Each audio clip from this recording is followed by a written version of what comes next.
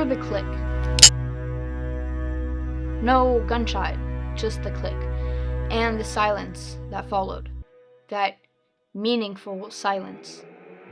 I think it was about 8 or 9 when I watched that movie. I didn't fully understand what I was watching, but I felt it. In every other Western, the trigger gives you certainty, noise, impact, consequence. But in that moment, it held nothing but dust. That movie took the most loaded image of violence, a gun pointed straight at you, and just emptied it out. It transformed it into something already over, into residue. That silence was louder than any gunshot. That passage stayed with me. I'd completely forgotten about the movie and the name of the director. At least I thought I had. Years later, during lockdown, I was stuck at home and I came across another film, a completely different film. And yet, something felt familiar. That same ragged depth, the same way of looking at the world. And that's when I made the connection.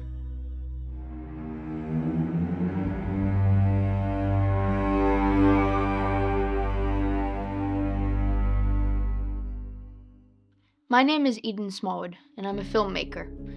These two films have nothing to do with each other, but they were made by the same man, Noah Marshall, a French-Canadian director whose career spans over 30 years and is almost completely unknown.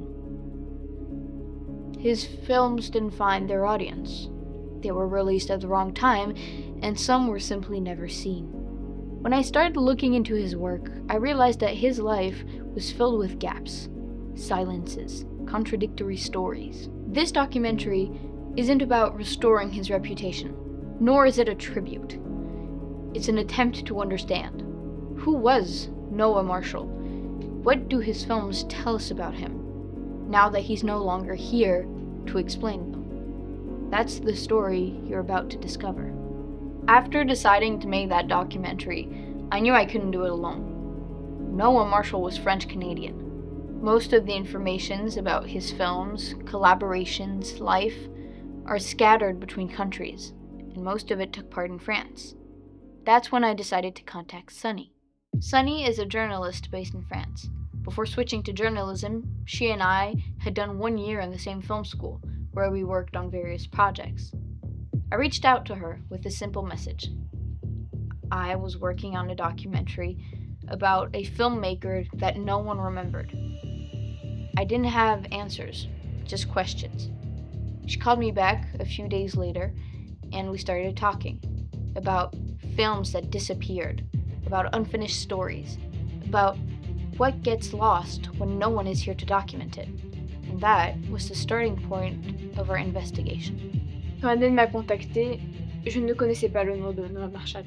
Elle me parlait d'un réalisateur oublié, de films mal reçus et des zones d'ombre. Au début, je pensais à une enquête normale. Puis après, j'ai commencé à faire des recherches. Je me suis rendu compte que, malgré 30 ans de carrière, il n'avait pas laissé beaucoup de traces. Des articles contradictoires, des témoignages incomplets et beaucoup de silence. Ce qui m'a convaincue n'était pas seulement l'histoire de ses films, mais plutôt comment quelqu'un peut dédier sa vie au cinéma et juste disparaître des radars. À partir de là, on a commencé à faire des recherches ensemble.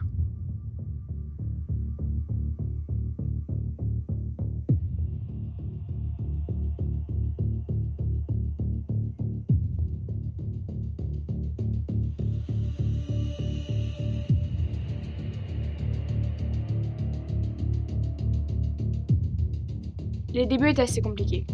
Il n'y avait aucune information sur Noah Marshall. Pas de page Wikipédia, pas d'article de presse. Et ces films étaient souvent inaccessibles, parfois même introuvables. D'autres n'existaient qu'à travers des mentions, sans images, sans archives visibles. On avait l'impression de travailler sur quelqu'un qui avait existé, mais dont les traces avaient complètement disparu. Ce qui compliquait les choses, c'était que Noah Marshall ne semblait pas d'avoir d'entourage. Pas de famille identifiée, pas de proches, pas de personnes prêtes à parler de lui. Bref, on ne savait pas par où commencer. Alors on a fait ce que font souvent les journalistes. On est reparti des films.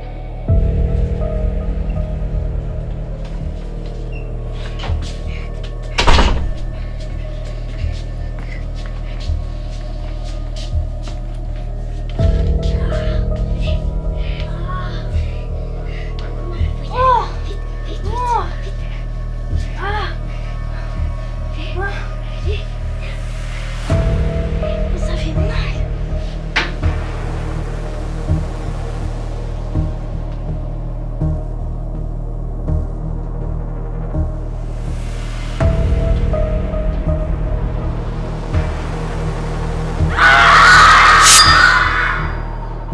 The first real breakthrough came with his very first film, Saturnamal.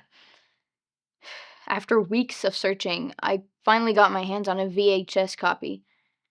It wasn't easy to find and it wasn't in great shape. You could see the rough edges, the lack of money, the hesitation. And yet, there was already something there. A way of filming fear that isn't about the killer, but about the person being watched. The way time stretches, the silence before the violence.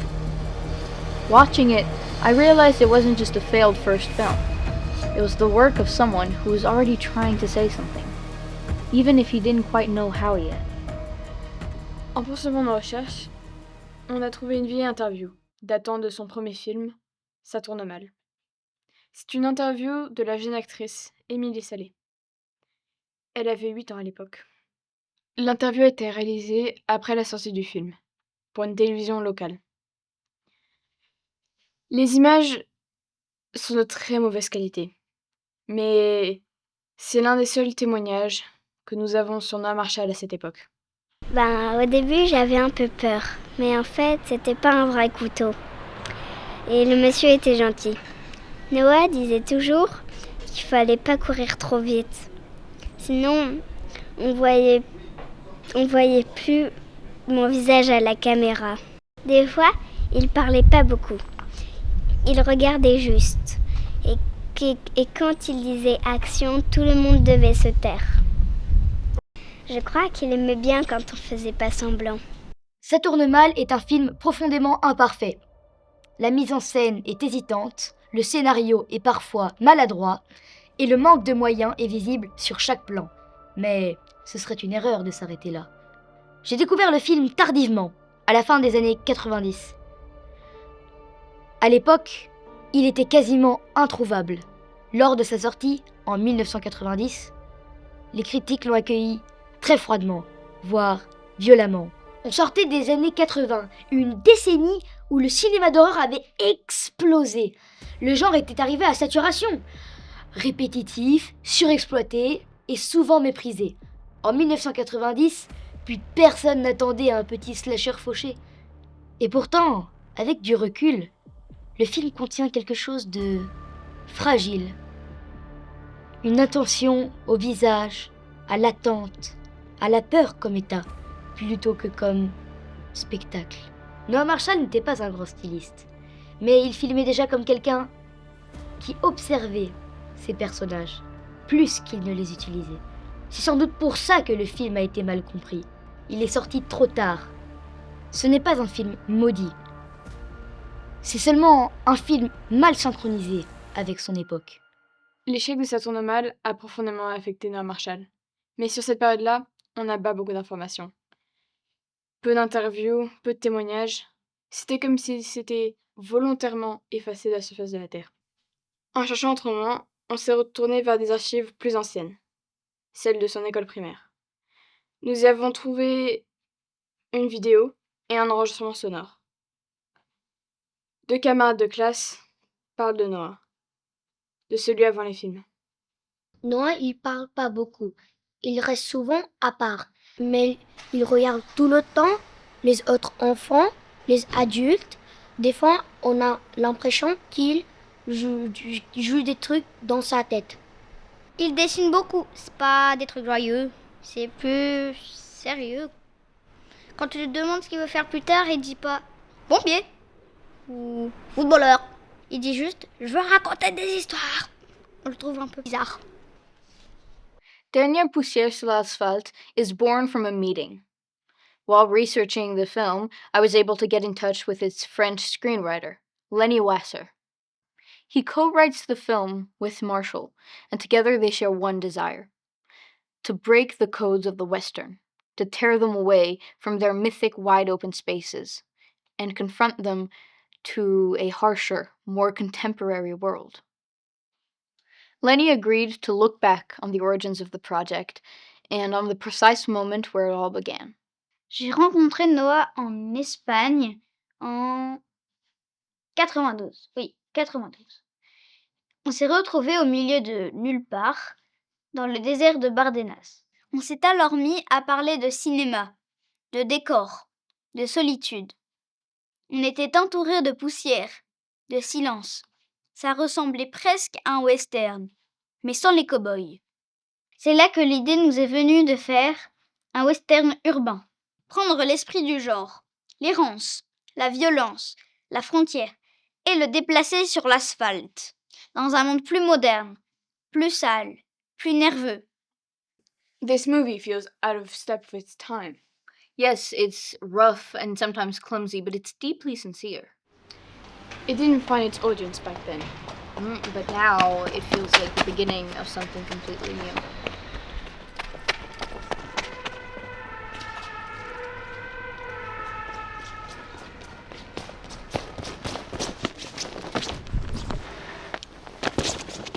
C'était intense. On tournait souvent très vite, parfois dans des décors improbables, en pleine ville, sans autorisation.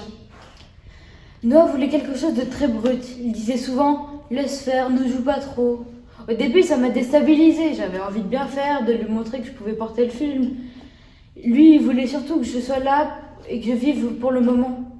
Noah parlait beaucoup de solitude, de code, de duel. Mais transporté dans la ville, mon personnage, c'est un type qui avance droit devant lui, sans trop savoir pourquoi. Et je crois que Noah se reconnaissait là-dedans. After 2 commercial failures in a row, Noah puts cinema aside for almost 9 years. He takes on odd jobs to make ends meet, delivering packages, freelance photography, anything that keeps him going. It's a period that's invisible in the records, a decade of silence in his professional life, one that shapes him in ways we can only imagine. 9 years pass, movies explode, stars rise, and franchises dominate. And Marshall disappears in the margin, unnoticed. And yet, in that silence, he watches, learns, and imagines. Every street corner he photographs, every package he delivers, every face that he observes, feeds his next story. Then comes 2003. Hollywood is booming. Action movies dominate the box office. Somehow, Marshall finds his way back into cinema, accepting a script from Wasser and giving it his own vision, with a determination that no failure could erase. This is where the protocol begins.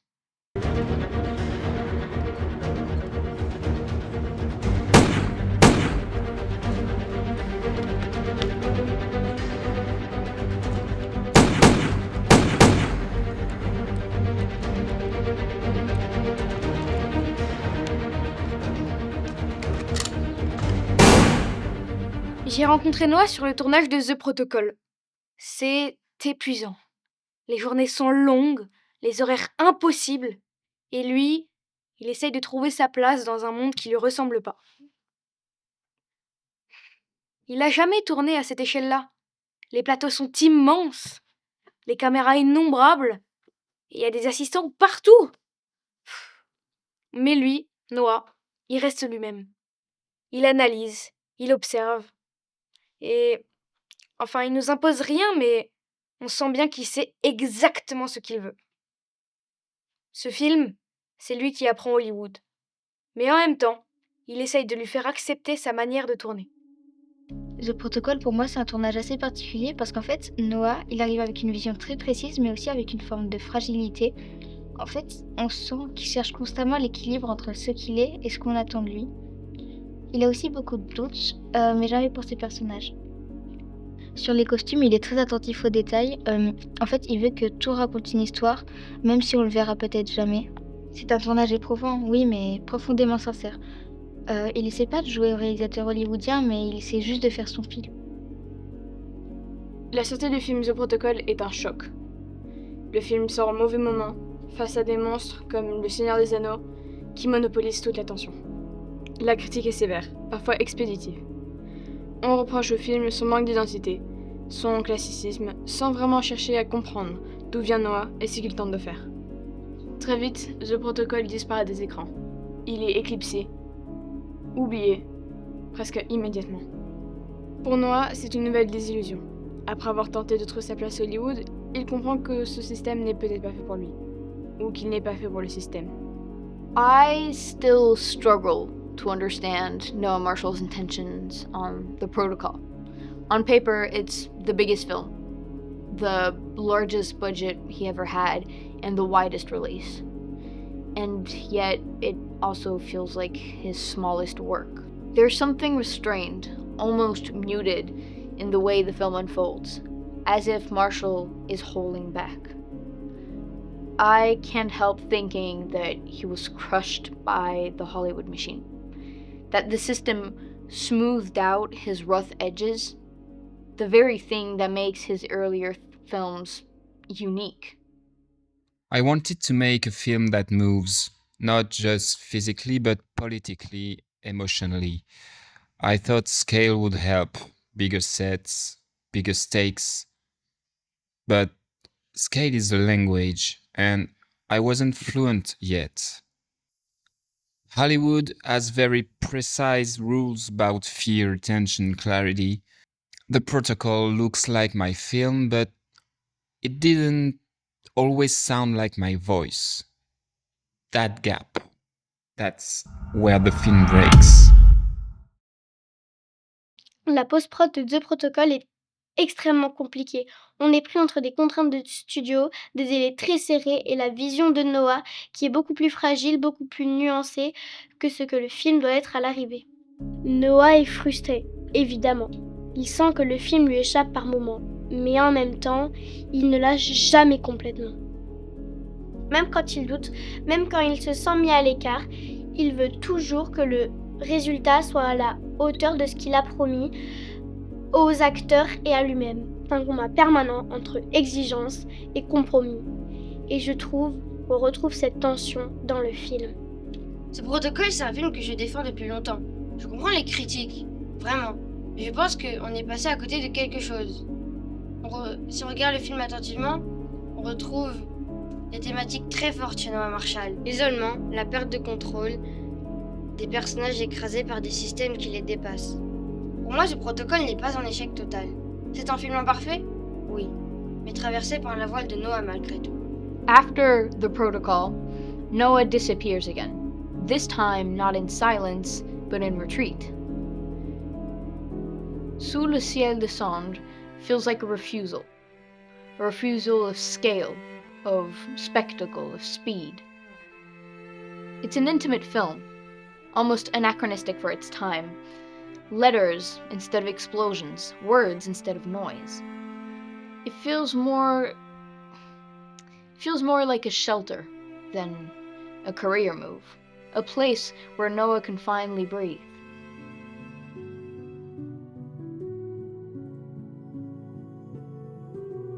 Je t'écris à la lumière fragile de cette flamme parce que c'est tout ce qu'il nous reste quand le monde devient trop lourd.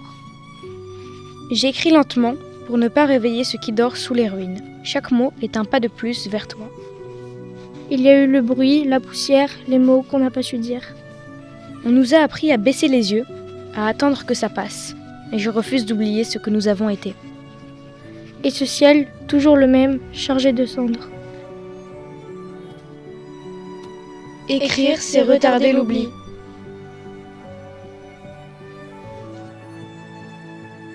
Sous un ciel de cendres surprend tout le monde. Après un film d'action hollywoodien, Noah réalise une comédie romantique épistolaire située à l'époque victorienne et tournée dans son village natal. Le projet semble hors du temps, déconnecté de toute logique du marché. Mais pourtant, c'est peut-être son film le plus cohérent, le plus fragile aussi.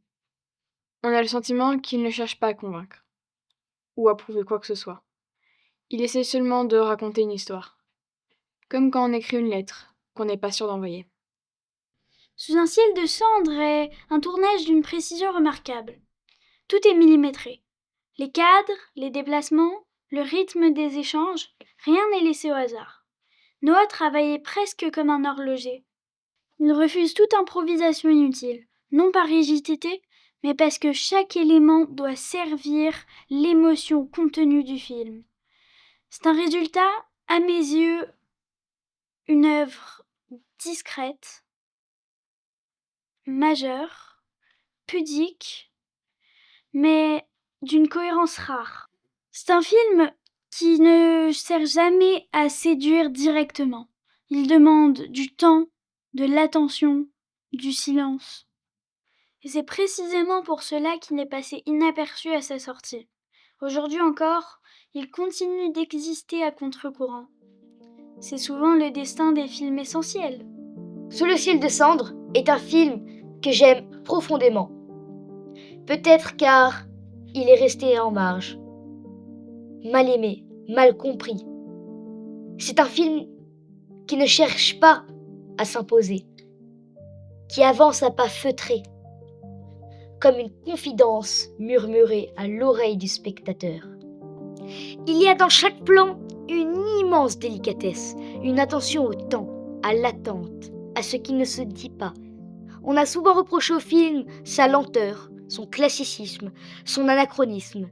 Moi, j'y vois au contraire une forme de courage, celui de croire encore à la puissance d'un regard, d'un mot écrit, d'un silence prolongé.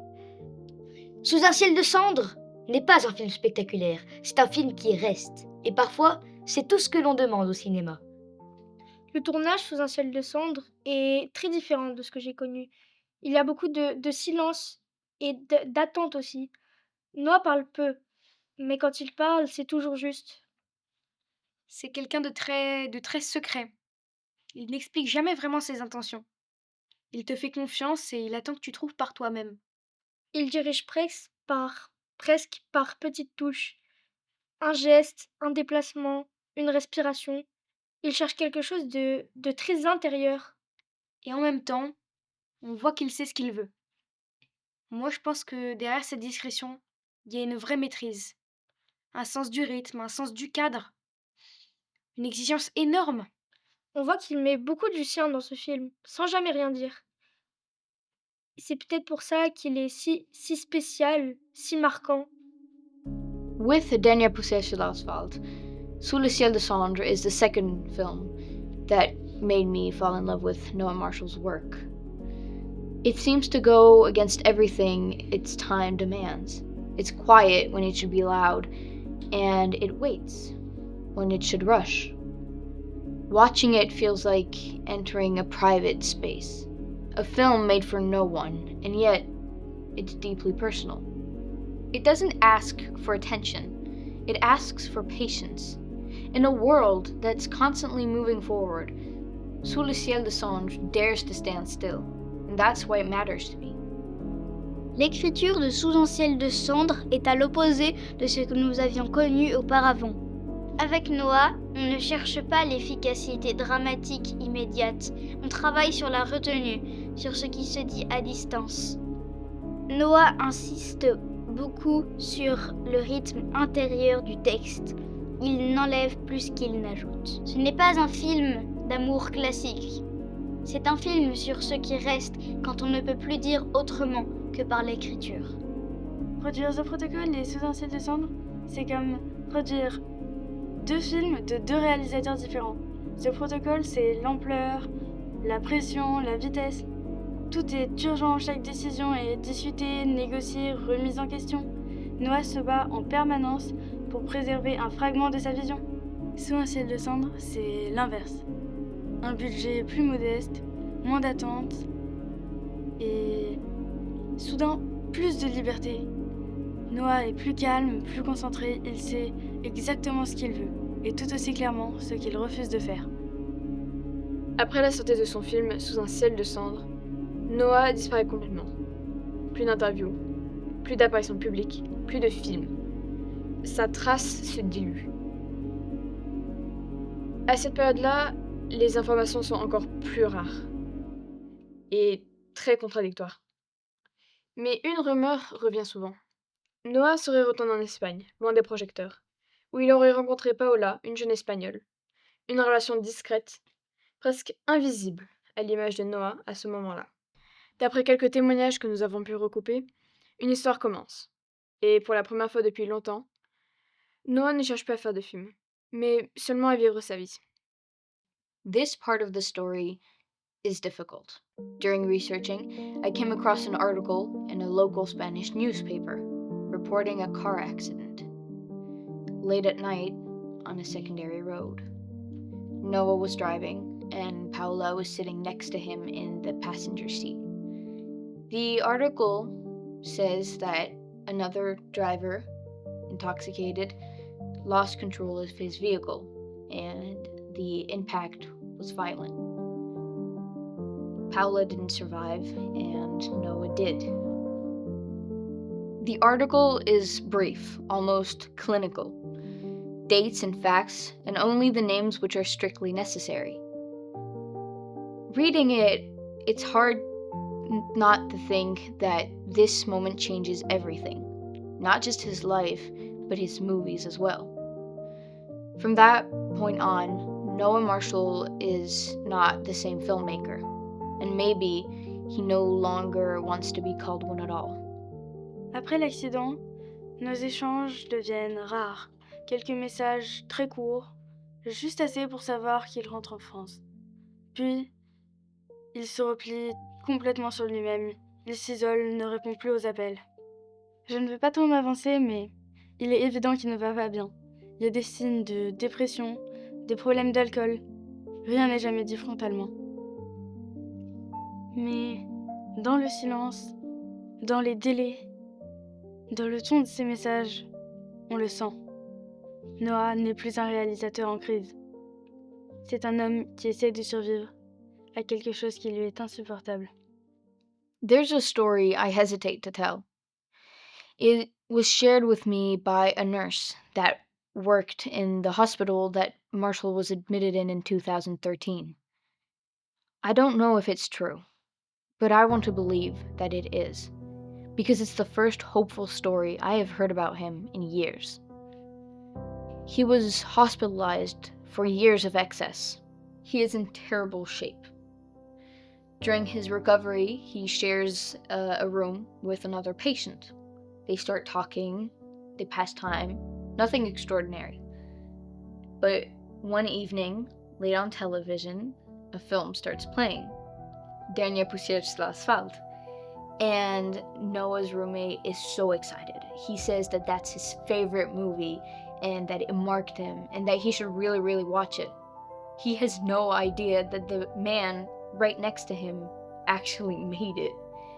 And the nurse said that Noah didn't say anything.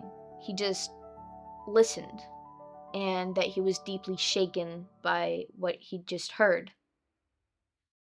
Il fait vraiment moche dehors. On est quand même mieux au sec à la maison.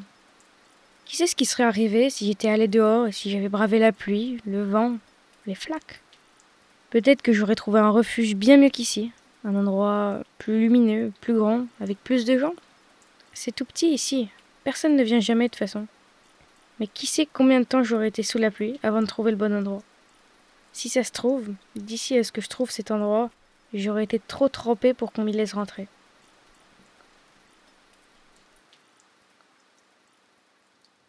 C'est bizarre d'avoir des doutes, mais aucun regret.